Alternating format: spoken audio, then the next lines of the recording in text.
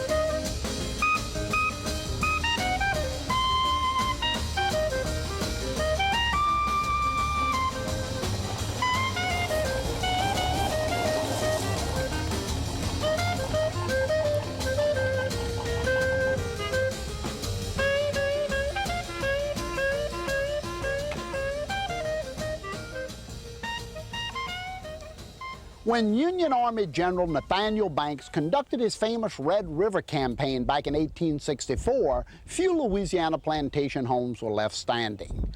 But due to fate and good luck, Inglewood was.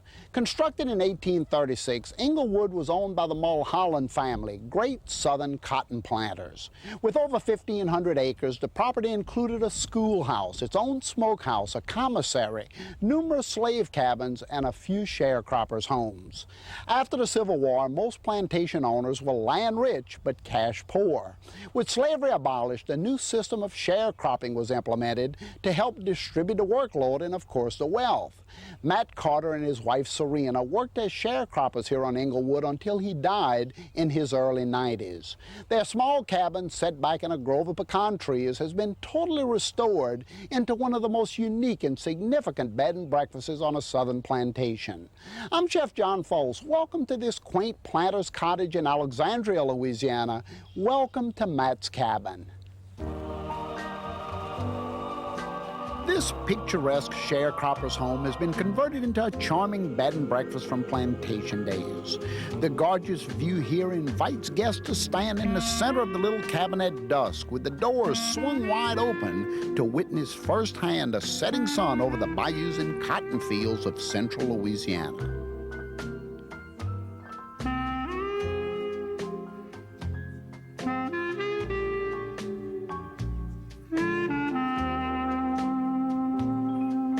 These rustic yet elegant accommodations feature a fully equipped kitchen, a queen-size bed, private bath, and even a cozy little sitting area.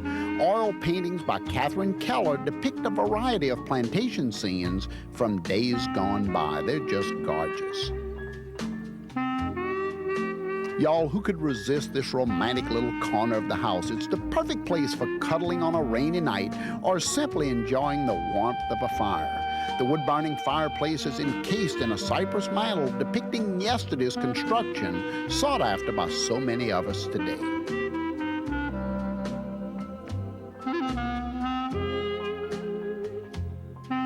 This preserved piece of history boasts plantation-era furnishings that give the cabin its quaint and unique charm.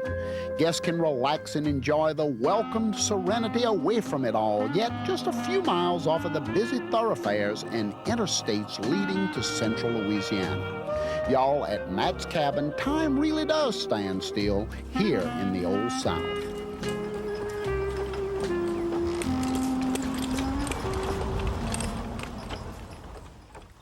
Y'all, from the first time I ever laid eyes on Matt's cabin, I knew I had to share it with the rest of the world. And you know, one of the interesting things about Louisiana's B&Bs is the varied styles of architecture. Just think about it. You can spend the night in an antebellum plantation home complete with fountains and statuary, or in a one-room sharecropper's cabin in Central Louisiana. It's just amazing. And I have to say, I might be a little prejudiced, but I have to say that I think we have the most unique B&Bs anywhere in the world. I don't care where you go. I've been there, and we have some gorgeous spaces here for overnight accommodations. They're beautiful. And the foods, y'all, are just as varied as the styles of architecture. And I want to talk about the foods from Central Louisiana on Inglewood Plantation, where Matt's cabin stands today.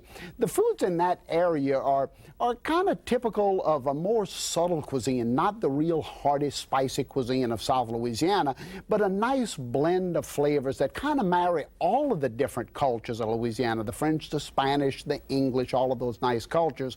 And the first dish that I want to share with you is a simple crab meat cocktail that was certainly brought here and intermarried with a lot of those different styles. So take a look at the cutting board here at the jumbo lump crab meat. This is the wonderful jumbo lumps from the blue crab. In fact, this claw right here is just an example of some of the size of those crabs that we get here in the Bayou State. But this jumbo lump is without a doubt the richest, the prettiest of all of the crab meats that we can possibly get our hands on in Louisiana. Now, first I have to make a nice sauce for the cocktail.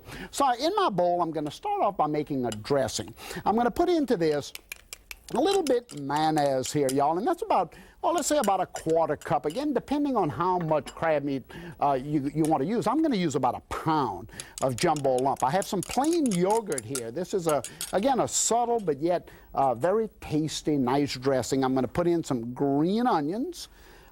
All of the different types of herbs you can imagine can actually go in to flavor this dressing. I'm using some capers, about a tablespoon or so. You can add as much as you like. A little lemon juice, because you want some acidity or some citrusy flavor to any type of seafood dressing, and kind of blend this around nicely. And of course the yogurt will thin out the mayonnaise considerably and give you a really nice creamy dressing. You can see how pretty that is already, and the lemon juice and capers really blend well to give a nice acidic flavor to the which is what you want on crab meat. Now for the herbs, y'all. I'm going to sprinkle into this some thyme, basil. Of course, I like to use thyme and basil because they're the two premier herbs of Creole country, Cajun country, and you find them growing in most English gardens as well. So naturally you would see thyme and basil in a dish like this. A little tarragon, that nice, wonderful anise flavor that you get from tarragon, just beautiful in a crab meat dressing like this. And then parsley, and I have to spice it up, y'all, so I'm going to put a little parsley in here. But then I'm going to spice it with a touch of jalapenos. You know I like spice. I love spice. Oh, I have to put a little garlic in here, too.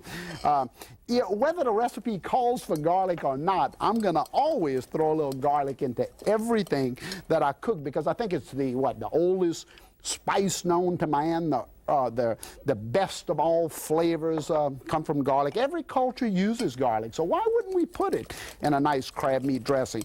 Now, for additional flavor and color, y'all, I'm going to go ahead and add a little red and orange bell pepper, because this, look how gorgeous that is. You want pretty color in a cocktail like this. Some carrots, too. Nice, sweet texture. It's going to add a little texture, a little crunch when you bite into it. And some purple cabbage, just a little bit purple cabbage. Look at those colors. This looks like a rainbow, doesn't it? Just really beautiful. Now, spin that around a couple of times, and then finish seasoning with a little salt, a little pepper, just a little touch of salt, a little pepper. How much do I put in? Well, hey, let your imagination go crazy. Put as much as you'd like in here. And you can even put a little Leon Perrins, a little Worcestershire sauce, a little additional spice of some kind. And again, whatever herbs and seasonings you like most in your home, make sure it goes right into the dressing. Now, y'all, Well, just mix those pearls of Bayou country, I call them, the pearls of Bayou country, right down into that dressing. Look at that gorgeous lump crab meat. I know what you're saying. Give me the bowl. Get out of there. Give me that bowl. This is gorgeous. Now, you want the flavors to marry well, so you probably put this in the refrigerator and let it sit for a couple of hours at least for all of these wonderful flavors to come together. And then you have to present it. So how would I present it? Well, I'm going to put it in one of these little wine glasses here, because you could put it in champagne glasses or any of those interesting containers. But go ahead and kind of slip it in there. Be careful not to dirty the side of the glass too bad, or you could wash it out. But just go ahead and put it in there. And all of the colors are going to show so nicely through this clear glass here, so you can see the pretty colors. And imagine, y'all, what this is going to taste like once it sits in the refrigerator and marries so well overnight. Let me go ahead and garnish this with a little sprig of tarragon. I'll put a little sprig of tarragon right here, and I can even come back on top with a touch of that nice purple cabbage. And just take a look at that nice little crab meat cocktail, Inglewood, from Inglewood Plantation, where Matt's cabin stands today. Just a beautiful fact is, I'm going to put this, I know what I'm going to do with this in just a second, y'all. Okay, the next dish I want to show you is a really nice dessert. This is a dessert that's probably the oldest dessert in the world. It's ice cream. And I have to make a nice custard, and I'm beginning the ice cream. This is a wild Dewberry ice cream that starts with about 3 eggs. The history of ice cream goes back, I know, to at least the Chinese culture many thousands of years ago.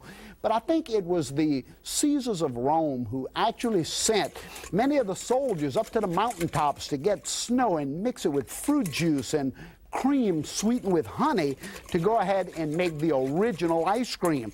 So we're beginning with 3 eggs here, and I'm going to put a little touch of sugar. Normally you want to put a couple cups of sugar, but remember, people like ice creams in different degrees of sweetness, so I'm not too worried about recipes. I'm more interested in personal taste. How much do you really want to put into it? Once this is all whipped together, y'all, another flavor is going to be a touch of Grand Marnier. So I'm going to put a little Grand Marnier into it. You can use any other liqueur as well, but Grand Marnier makes a really nice flavor to this ice cream.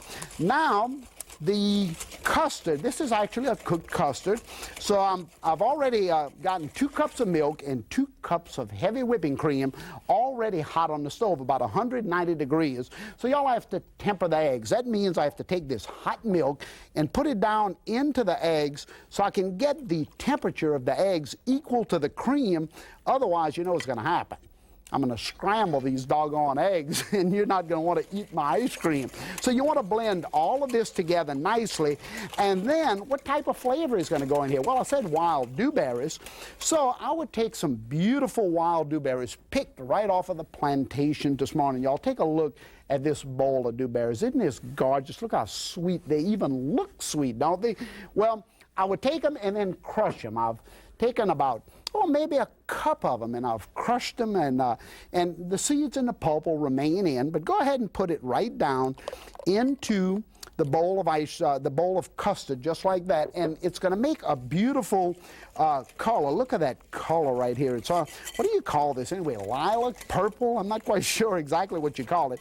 Well, this has to go into the refrigerator, and it has to chill, y'all. A great ice cream custard has to chill overnight for all of those flavors to marry. But I want to show you how we put it together. But I need a little hand here, so I'm going to get Eric Johnson to come out and give me a hand. How you doing, Eric? Hey, Chef, how you doing? This guy does all of that great work in the back to make all my platters look so good. I have the ice cream maker, y'all. It's an antique ice cream maker. So, Eric, we've made some custard last night. Why don't you go ahead and get it, and we'll show everybody how to put it together. While Eric's getting the custard out of the refrigerator, of course, you want to go ahead and disassemble this container. Now, take a look at the custard through this glass pitcher. See that nice lilac, that nice violet color from the dewberries? And ice cream sitting in the refrigerator overnight not only chills it, y'all, but it also blends the flavors of the berries and the cream and the eggs and the Grand Marnier and all of those great things together. Isn't that nice, Eric? Look how pretty that is, huh? Okay. Now we have to reassemble this, and you've got some ice ready to go, right? Okay, why don't you put this back on? I'm gonna let Eric do the work here, y'all. Just drop that right on there. And once that's in, then we can go ahead and add the ice to it, and of course a little rock salt. Let's put some rock salt in there while he's putting it in. And I think you know exactly what to do at this point, y'all. You want to fill it all the way up with ice to the top, and every now and then go ahead and add some rock salt so it gets really nice and frozen all around the side of the machine. And I'm going to have Eric sit here and just churn away. You know how to do that, right? Yes, I do. And please bring the machine back to me. Don't sit it back there and have a party with my wild Dewberry ice cream, y'all. Well, I'll see you back in just a second. Well, as I said, the main thing you want to do here is to sit and churn that ice cream until it gets nice and hard, and then you have to let the ice cream temper in the ice for just a second so it gets nice and solid. Now, y'all, I want to take a walk back into the pecan tree grove at Matt's cabin and sit and chat a little bit with Caroline Winters, because she's going to tell us a little bit about the history of Matt's cabin, a place that's been standing there on the plantation since the 1900s. Caroline, everybody knows that when Nathaniel Banks, that famous Civil War general, came through on the Red River campaign, he burned just about everything in the Red River campaign, but not Inglewood. Why was that? Infamous, notorious General Banks, because earlier when some Union soldiers had been passing through, the lady who lived, Mrs. Flowers, who lived at Inglewood, had nursed a soldier and brought him back to health and just taken him and offered Southern hospitality. So he left a note, knowing that the campaign was coming through. He left a note saying, leave this place alone, and I think there were about 3 others that were spared.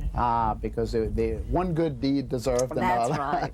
Now, that you mentioned Miss Flowers. She had a small son, Doc Flowers, who in fact had to go into the Banks's camp to reclaim some of his property, huh? He did. In fact, part of the note was that none of his possessions would be taken, mainly his prized pony, but the Union soldiers did not obey that order. And so he decided that he would take matters into his own hands. So he got his buddy, his little black buddy, and they walked across Red River and showed the note and said, see, it says right here, that's my pony, and give it back. So they did, and they hopped on the back and rode it home. Now, Inglewood as a plantation sold often after the Civil War, right? Yes, it changed like a lot of plantations did in hard times, from debts or card games or whatever. It changed place numerous times and was never in one family even more than a couple of years at a time for a long time. Now how did the Keller family, your family, obtain the property? My father bought it from my grandfather, his father-in-law, in the 40s. My grandfather had acquired it in the late 20s. Now, we're sitting here on the front porch of Matt's cabin, and I tell you, it's just a beautiful place sitting under these pecan trees. Tell me a little bit about Matt Carter. Matt Carter was a man who came here as at an early age, in about the age of 20, and spent 70 years here. He died in his 90s. And he came as a sharecropper and then later worked for the plantation and was really a fixture, and having no children of his own, kind of like everyone's uncle. So y'all felt really good about stopping here and sitting on the porch? Oh, yes, he would be like you, sitting there rocking after he retired. And when I became the farmer, I used to come over here and seek his advice, and he would reassure me that things were going to be better than they might seem at that moment, and that the weather would improve. Right. Why did y'all elect to restore his cabin? Well, actually, the Louisiana Preservation Society recommended that we try to preserve one of each of the typical buildings that we had. We had this sharecropper's cabin, and we had different other appendages, the barn over there where the sharecroppers put their cotton, and a carriage house behind my house, and so they encouraged us to save one of each typical building, and this one was in very good shape because Matt had lived in it his whole life. Right, so he kept it up all those years. What's the guest response when they walk in here? They can't believe they have such a wonderful, tranquil, private place that's so close to a town with all the conveniences. It's really, really nice. What type of B&B customer comes here? Obviously not a family. Well, top choice for honeymoon couples. I can imagine that. Also, for people who want to do a repeat honeymoon, a lot of couples come for a getaway to celebrate anniversaries or just have a nice weekend away. And business customers who have to spend several days or come periodically to Alexandria because they can make themselves at home. Well, Caroline, it's a beautiful place, and these pecan trees are so inviting. I guarantee you I'll be back to spend a weekend at Matt's cabin. I'm glad to hear it, John. These rocking chairs will be here waiting. Thanks so much. Y'all, Caroline Winter is the daughter of Polly Keller, the owner of Inglewood Plantation, and imagine the passion she has for that wonderful little cabin, and also the ability to just stroll out and sit on that rocking chair any day she pleases. What a doggone great opportunity for her and for us to go out and enjoy that fabulous little place. What other dishes did I discover there at Inglewood? Well, one very simple dish was an eggplant Parmesan strip, and I can see this as a great little appetizer. Take a look at this plate of the eggplant strips. What I did was just bread them in a little cornmeal and put Parmesan cheese and deep fried them until they got nice and crunchy. And you can dip them in a remoulade sauce or just dip it into a cocktail sauce. Eat it as an appetizer or as a very interesting vegetable. Hey, there he is. Well, Chef, I knew you couldn't wait for me to churn that ice cream, so I went ahead and made a batch last night just to be sure and save me a little bit. Hey, you're too good to me. Take a look at this, y'all. Look at this wonderful wild Dewberry ice cream here, the violet color. Hey, excuse me, 1 second here. Absolutely fantastic. Y'all, one other great dish that I discovered at Inglewood was a char-broiled roasted leg of lamb. And imagine setting up a barbecue pit right under one of the pecan trees, firing that thing up with a little pecan wood, and roasting a leg of lamb. Let me show you exactly how I did it. Well, here we are again, y'all, back at Matt's cabin. And guess what? We're in the kitchen now where a chef belongs. Now, here you see that I have about a 6-pound leg of lamb that I had to butcher, debone, and I've spread it out across the platter here because I have to season it, and this is going to be a fantastic dish to go on the grill. I want to begin by putting a little salt here and then a little pepper, and of course let your own herbs and seasoning kind of dictate the flavor. I'll add a little bit olive oil to it because this needs to marinate for a while. So a little olive oil, a little lemon juice, just so again you need a little acid on it, and herbs of your choice. I'm going to use some sage, I'll use a little rosemary. You can put thyme, tarragon, whatever flavors you like. Garlic, a lot of it. Make sure you put about a teaspoon or so of garlic, and now just go ahead and rub it all into the meat and do the same thing on the other side, and you're going to have a really great flavor in the leg of lamb. You could also do this with pork. And what I would do here now would be to place this in a bowl once I season the back side of the leg and allow it to marinate for about 24 hours in the refrigerator. And you can put it on the grill just like this and flavor the grill with some smoke wood, or you can do exactly what I did, turn it back together, put it on a rotisserie, tie it nice and tight, and y'all, take a look at this. This is exactly what it looks like after it's cooked for about an hour and a half over those hot coals and pecan wood. Absolutely fantastic.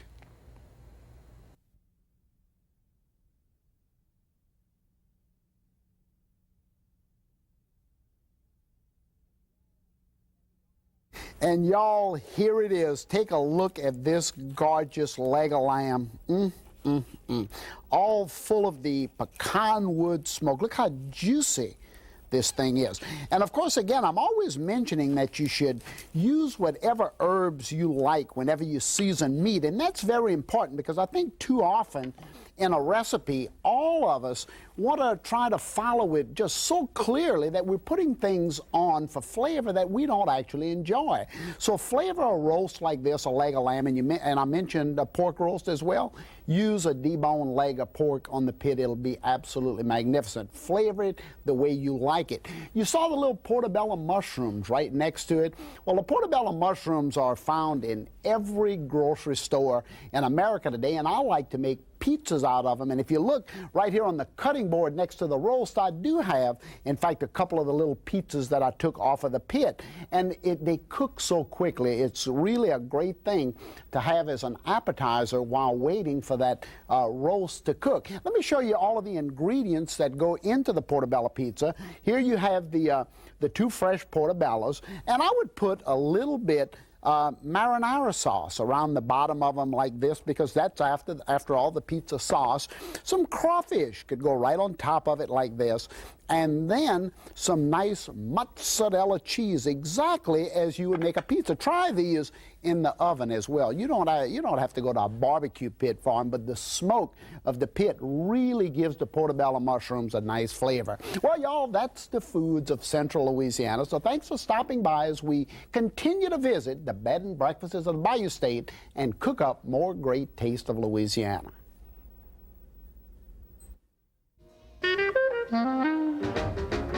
To learn more about A Taste of Louisiana with Chef John Folse and Company, visit PBS online at the internet address on your screen. Hot beignets and warm boudoirs by Chef John Folse is available for $29.95. This companion book to the series features over 150 recipes. To order, call 1-800-973-7246 or write to the address on your screen.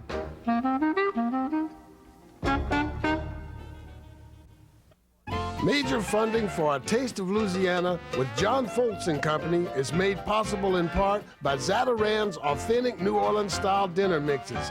Zatarain's, a good way to jazz up dinner and a real New Orleans original since 1889. Louisiana. She's the exception and never the rule. She's a mystery that asks not to be solved, but simply to be experienced. Louisiana, where you can come as you are and leave different. Additional funding is provided by the Friends of Louisiana Public Broadcasting and the Foundation for Excellence in Louisiana Public Broadcasting.